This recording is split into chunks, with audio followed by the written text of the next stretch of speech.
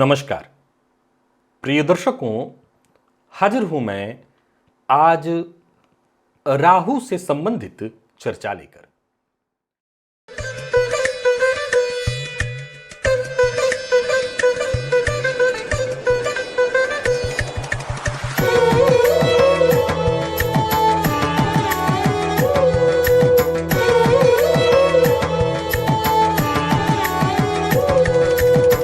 प्रिय दर्शकों, आपकी जन्म कुंडली के किस भाव में बैठे हैं राहु? राहु जिस भाव में है वहां बैठकर किस तरह से आपके लग्न को प्रभावित कर रहे हैं राहु? प्रिय दर्शकों, इस कलयुग में राहु का प्रभाव कितना व्यापक है, क्योंकि जहां पर आपकी दृष्टि जाएगी, जिन चीजों पर नजर जाए, समझ लीजिए ज्यादातर चीजें सब राहु के प्रभाव में है। हमारे व्यक्तित्व को राहु कैसे प्रभावित कर रहे हैं? प्रिय दर्शकों, वैसे तो हमारा जो व्यक्तित्व है वो लग्नेश के कारण, लग्नगत ग्रहों पर दृष्टि के कारण हमारे व्यक्तित्व का निर्माण होता है। लेकिन यह बात भी समझने की है कि जन्म कुंडली के किसी भी भाव में बैठा ग्रह लग्न से भी संबंध बनाएगा, क्योंकि लग्न अर्थात हम, आप, हमारा जो व्यक्तित्व है वो कुंडली के प्रत्येक भाव में बैठे ग्रहों से प्रभावित होता है। तो यदि जन्म कुंडली में लग्न में ही राहु बैठे हुए हैं तो वो किस तरह से लग्न को प्रभावित करेंगे? द्वितीय भाव में बैठे हैं तो किस तरह से लग्न को प्रभावित करेंगे? और सप्तम में बैठे हैं, नवम में बैठे हैं, दसम, यानी कुंडली के प्रत्येक भाव में बैठकर राहु लग्न को किस तरह से प्रभावित करने वाले हैं, आज इसी विषय पर हमारी चर्चा है। चलिए बिना विलंब किए इस कार्यक्रम को हम आगे बढ़ाते हैं। प्रिय दर्शकों, आज के इस परिवेश में जब हमें किसी भी चीज की आवश्यकता होती है तो हम उस चीज का आविष्कार करते हैं, और आज की जो आवश्यकताएं हैं जिसका हम आविष्कार करते हैं वो सब कहीं ना कहीं देखा जाए तो राहु के प्रभाव में है। फलतः लग्नगत राहु जातक को स्वार्थी बनाता है, इसमें कहीं कोई दो मत नहीं। जातक स्वार्थ का पुजारी हो सकता है, इसमें भी कोई दो मत नहीं। अपने स्वार्थ सिद्धि के लिए दूसरों का इस्तेमाल करता है, इसमें कहीं कोई दो मत नहीं। परंतु लग्नगत राहु जातक को आविष्कार करने वाला बनाता है।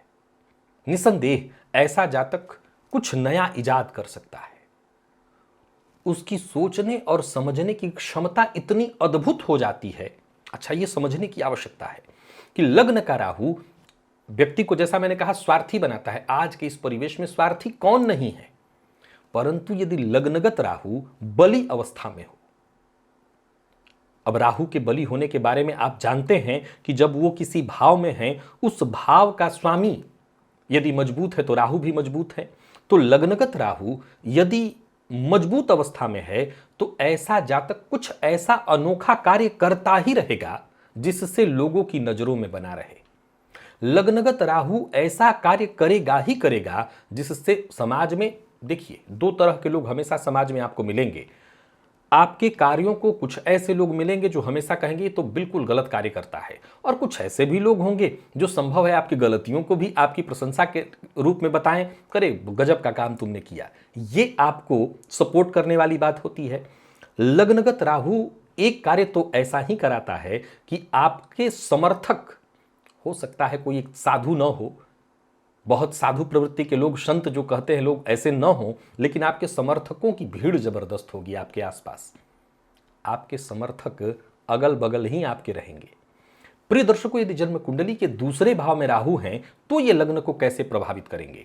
असल में अगर जन्म कुंडली के दूसरे में राहु है तो जातक के जीवन काल में कई कमियां उत्पन्न करते हैं।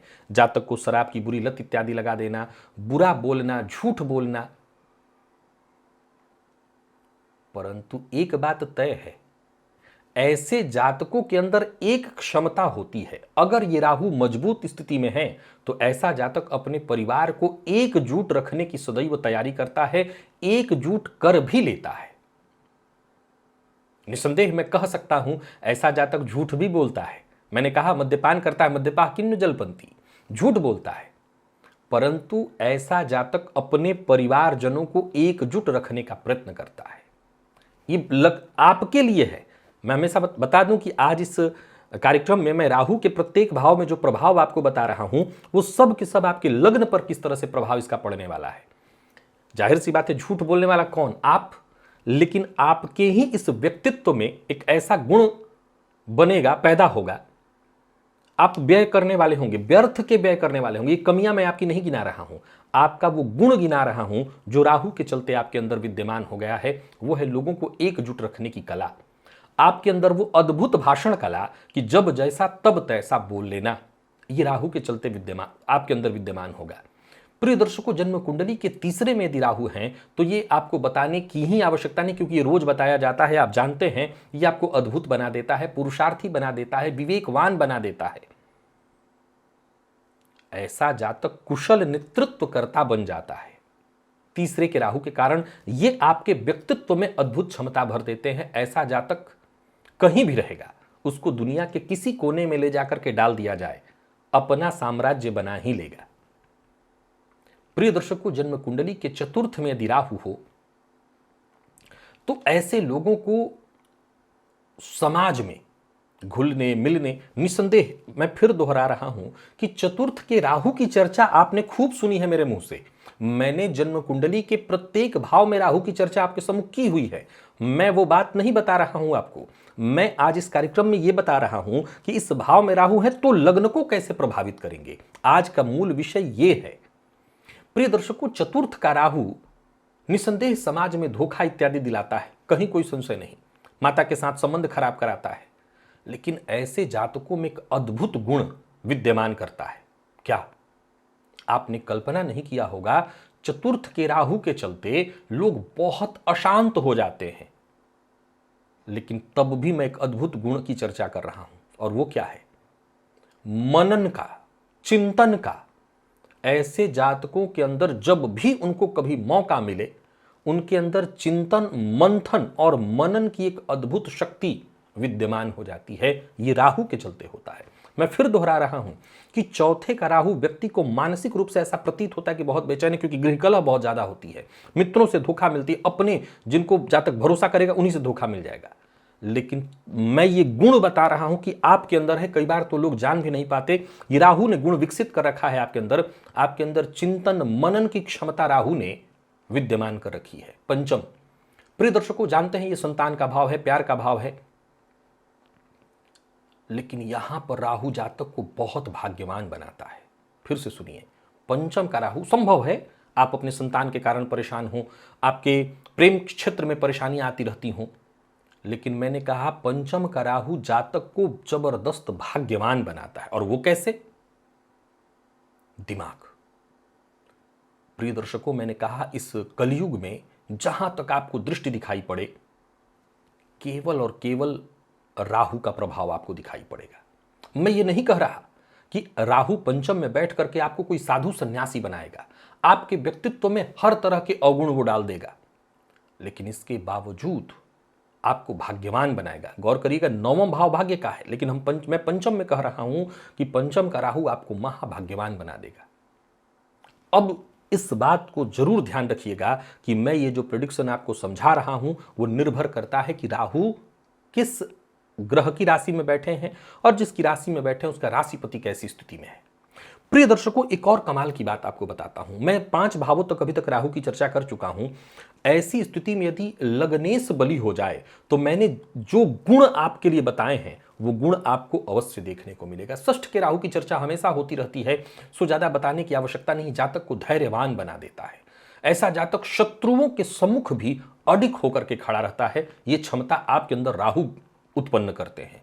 सप्तम के राहु, कमियां गिनाने की आवश्यकता नहीं, कई तरह की कमियां हैं, जातक को लंपट इत्यादि इत्यादि बना देते हैं, कहीं कोई दो मत नहीं है। बहुत तरह की कमियां ऐसे जातकों में देखी जाएंगी। परंतु प्रिय दर्शकों, सप्तम के राहु का एक विशेष गुण आज आपको मैं बताना चाहता हूं। ऐसे जातक जहां भी कहीं हो, एक चीज आजमा लीजिएगा, उनके अंदर इतनी कमियों के बावजूद ऐसे लोग मददगार बड़े जबरदस्त होते हैं।